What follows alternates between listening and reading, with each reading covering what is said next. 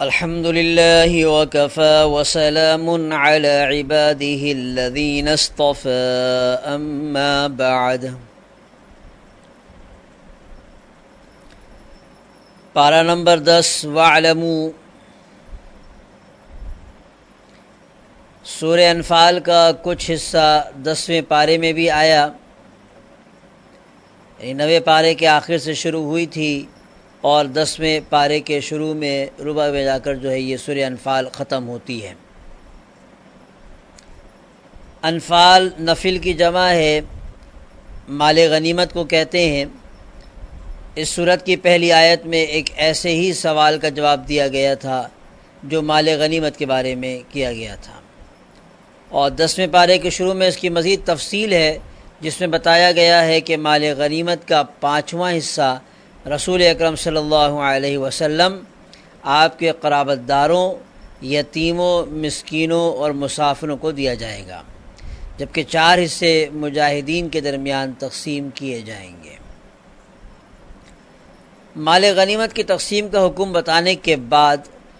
دوبارہ غزوہ بدر کی تفصیل ہے، جس میں قرآن حکیم نے اپنی خاص اسلوب میں اس کی یوں منظر کشی کی ہے کہ گویا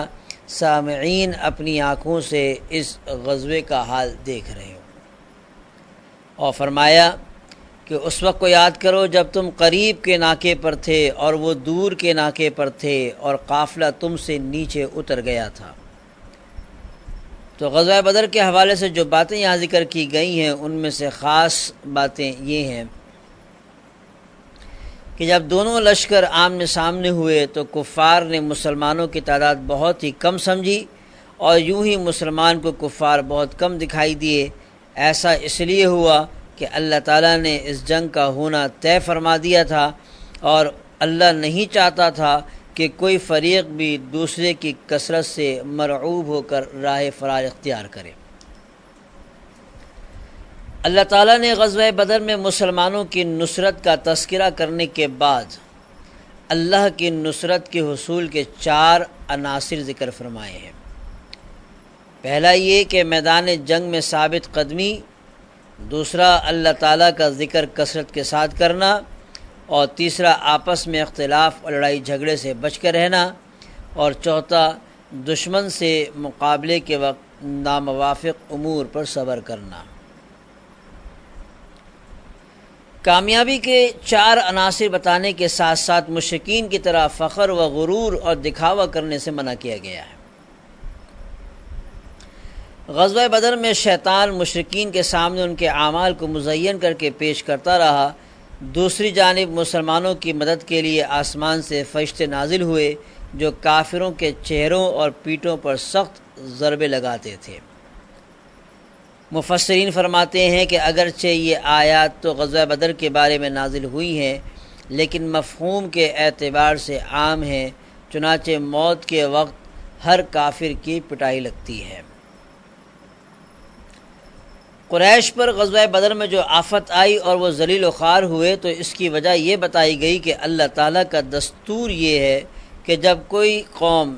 شکر کے بجائے کفر اور اطاعت کے بجائے معصیت شروع کر دیتی ہے تو اللہ تعالیٰ بھی اپنا معاملہ بدل دیتا ہے اور اسے نعمت کی جگہ نقمت اور راحت کی جگہ مصیبت میں مبتلا کر دیتا ہے۔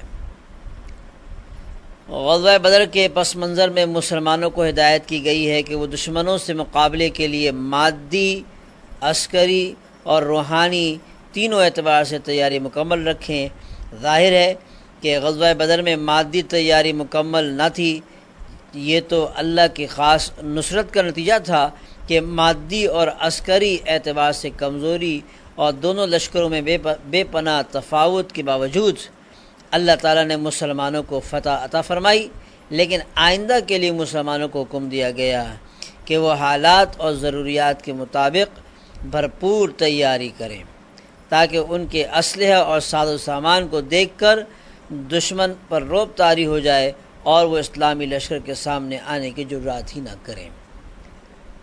تو سامان کی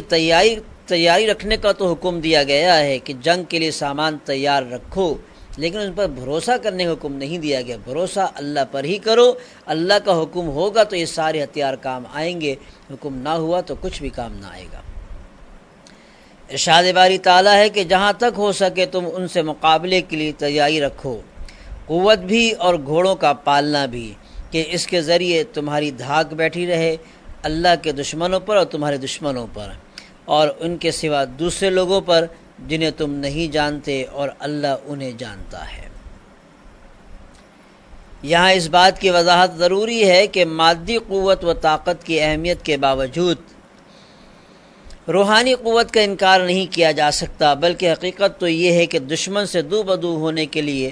روحانی اور ایمانی قوت تمام دوسری قوتوں اور وسائل کے مقابلے میں زیادہ اہمیت رکھتی ہے۔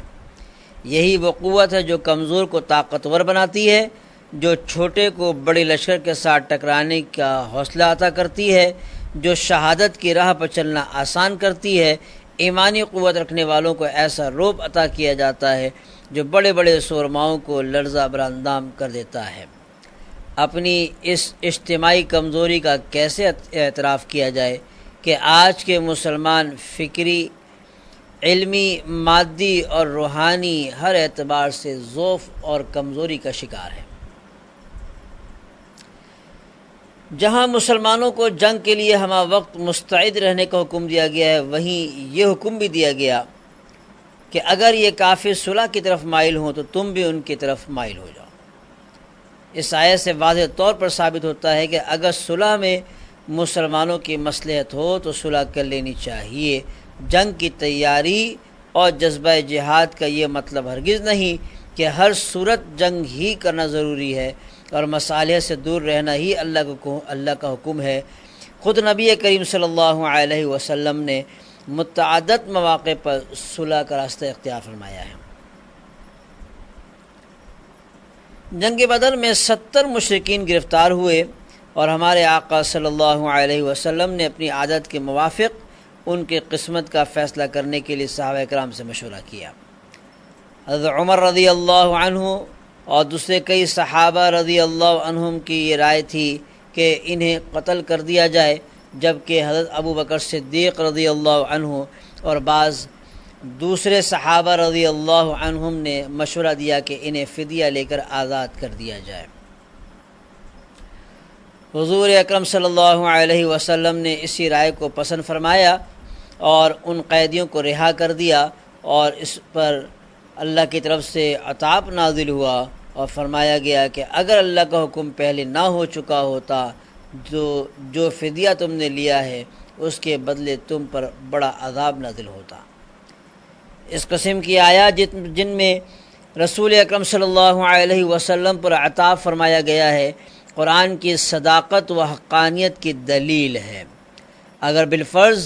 قرآن اللہ کا کلام نہ ہوتا تو ایسی آیات کو قرآن میں ہرگز جگہ نہ ملتی۔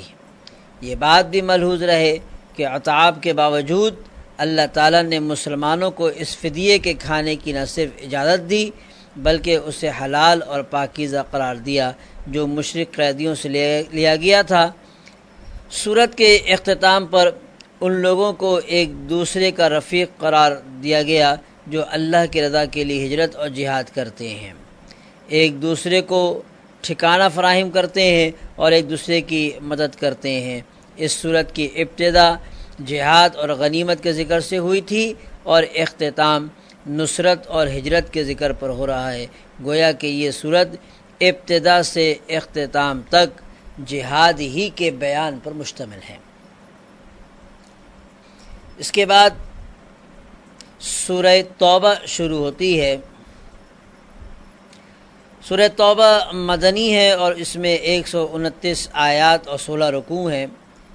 اسے سورہ برات بھی کہا جاتا ہے۔ اس سورت کا پہلا لفظ ہی برات ہے۔ اس سورت کے شروع میں بسم اللہ نہیں ہے، تو اس کے پڑھنے کا طریقہ یہ ہے کہ اگر پیچھے سے پڑھتے ہوئے چلے آ رہے ہیں یعنی سورہ انفال سے اور پھر سورہ توبہ شروع ہو رہی ہے تو بیچ میں بسم اللہ نہیں پڑھی جائے گی، اور اگر قرآن مجید کی تلاوت ہی سورہ توبہ سے شروع کر رہے ہیں تو ایسی صورت کے اندر اعوذ باللہ اور بسم اللہ دونوں ہی جو ہے وہ پڑھی جائے گی، کیونکہ اس کا پڑھنا قرآن مجید کی ابتدا کے لیے ہے، سورت کے شروع کے لیے نہیں ہے۔ یہ سورت 9 ہجری میں اس وقت نازل ہوئی جب رسول اکرم صلی اللہ علیہ وسلم رومیوں کی سرکوبی کے لیے نکلے تھے۔ اس غزوے کو غزوہ تبوک کے نام سے یاد کیا جاتا ہے۔ یہ غزوہ سخت گرمی کے زمانے میں پیش آیا تھا، سفر بھی بہت طویل تھا، پھل پکے ہوئے تھے جو کہ ان کا اہم ذریعہ معاش تھا، اور مقابلہ ایک ایسی سلطنت سے تھا جسے اپنے وقت کی سپر پاور ہونے کا دعویٰ تھا۔ مختصر یہ کہ یہ غزوہ اہل ایمان کے لیے بڑی ابتلا اور ان کے صدق و اخلاص کا امتحان تھا۔ اس کے ذریعے مومنوں اور منافقوں کے درمیان امتیاز بھی ہو گیا۔ حقیقت میں سورہ توبہ کے بنیادی ہدف 2 ہی ہیں، ایک مشرکین اور دوسرا اہل کتاب کے ساتھ جہاد کے احکام بیان کرنا۔ ایک تو مشرکین اور اہل کتاب کے ساتھ جہاد کے احکام بیان کرنا ہے، اور دوسرا غزوہ تبوک کے پس منظر میں اہل ایمان اور اہل نفاق کے درمیان واضح فرق کر دینا ہے۔ تو جہاں تک احکام جہاد کا تعلق ہے تو تمہید کے طور پر ان معاہدات سے برات کا اعلان کیا گیا جو مسلمانوں نے مشرکین کے ساتھ کیے تھے۔ ان کے لیے انتہائی مدت 4 ماہ مقرر کر دی گئی۔ یوں ہی مشرکوں کو بیت اللہ کا حج کرنے سے بھی منع کر دیا گیا، کیونکہ یہ لوگ کئی بار عہد شکنی کے مرتکب ہو چکے تھے اور اسلام کے بڑھتے ہوئے سیلاب کو روکنے کے لیے یہود کے ساتھ گٹھ جوڑ کرتے چلے آ رہے تھے۔ مشرکوں سے برات کا اعلان کرنے کے بعد اہل کتاب کے ساتھ بھی قتال کی اجازت دے دی گئی کہ مکر و فریب، عہد شکنی، منافقت اور جھوٹ ان کی فطرت میں رچ بس چکا تھا۔ یہود کا قبیلہ بنو قریظہ یا بنو نذیر ہو یا بنو قینقاع، انہوں نے اسلام اور مسلمانوں کو نقصان پہنچانے کا کوئی موقع ہاتھ سے نہیں جانے دیا۔ تقریباً 20 آیات میں ان کی باطنی خبث اور دسیسہ کارویوں کو تشت اذبام کیا گیا، اور مسلمانوں سے کہا گیا ہے کہ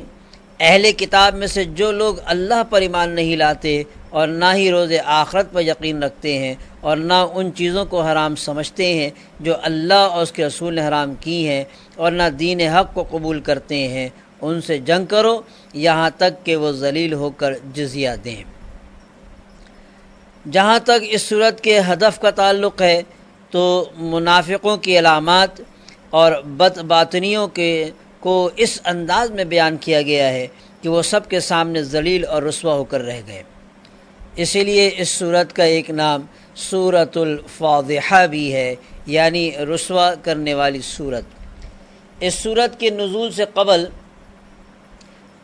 انہوں نے اپنے آپ کو اسلام کے زبانی دعوے کے پردے میں چھپا رکھا تھا، لیکن اس صورت نے ان کے باطن کو یوں ظاہر کیا کہ ہر کسی نے جان لیا کہ کون منافق ہے اور کون مخلص مومن۔ منافقوں کی کمزوریوں اور عیوب کو نمایاں کرنے کا ظاہری سبب غزوہ تبوک بنا۔ جہاد تو ویسے بھی جان جوکھوں میں ڈالنے والی عبادت ہے، جبکہ غزوہ تبوک میں مادی اعتبار سے اپنے وقت کی سب سے بڑی فوج کے ساتھ مقابلہ تھا، اور وہ بھی شدید گرمی اور فقر و فاقہ کے دنوں میں۔ اس غزوے کے پس منظر میں منافقوں سے جو حرکتیں سرزد ہوئیں اور ان کا اندازہ جو ہے وہ چند آیات سے لگایا جا سکتا ہے کہ ایک تو یہ کہا گیا کہ اللہ نے پیشن گوئی فرمائی تھی کہ منافق قسمیں کھا کر کہیں گے کہ اگر ہم طاقت رکھتے تو آپ کے ساتھ ضرور تبوک کی طرف نکل پڑتے۔ چنانچہ ایسا ہی ہوا، اور جب حضور اکرم صلی اللہ علیہ وسلم تبوک سے واپس آئے تو منافقوں نے جھوٹے اعذار پیش کیے، جھوٹے عذر پیش کیے۔ سوائے چند کے باقی تمام مخلص مسلمان فوراً غزوہ تبوک میں شرکت کے لیے تیار ہو گئے، جبکہ منافقوں نے مختلف ہیلوں بہانوں سے مدینے میں رہنے کی اجازت حاصل کر لی۔ اللہ نے فرمایا کہ ان منافقوں کا جہاد میں نہ نکلنا ہی بہتر تھا، اگر بالفرض وہ شرکت کرتے تو مسلمانوں کے درمیان فتنہ فساد پھیلانے کے سوا کچھ بھی نہ کرتے۔ ان میں سے بعض ایسے بھی تھے جنہوں نے مضحکہ خیز عذر پیش کر کے آپ اپنے لیے استثناء حاصل کرنے کی کوشش کی۔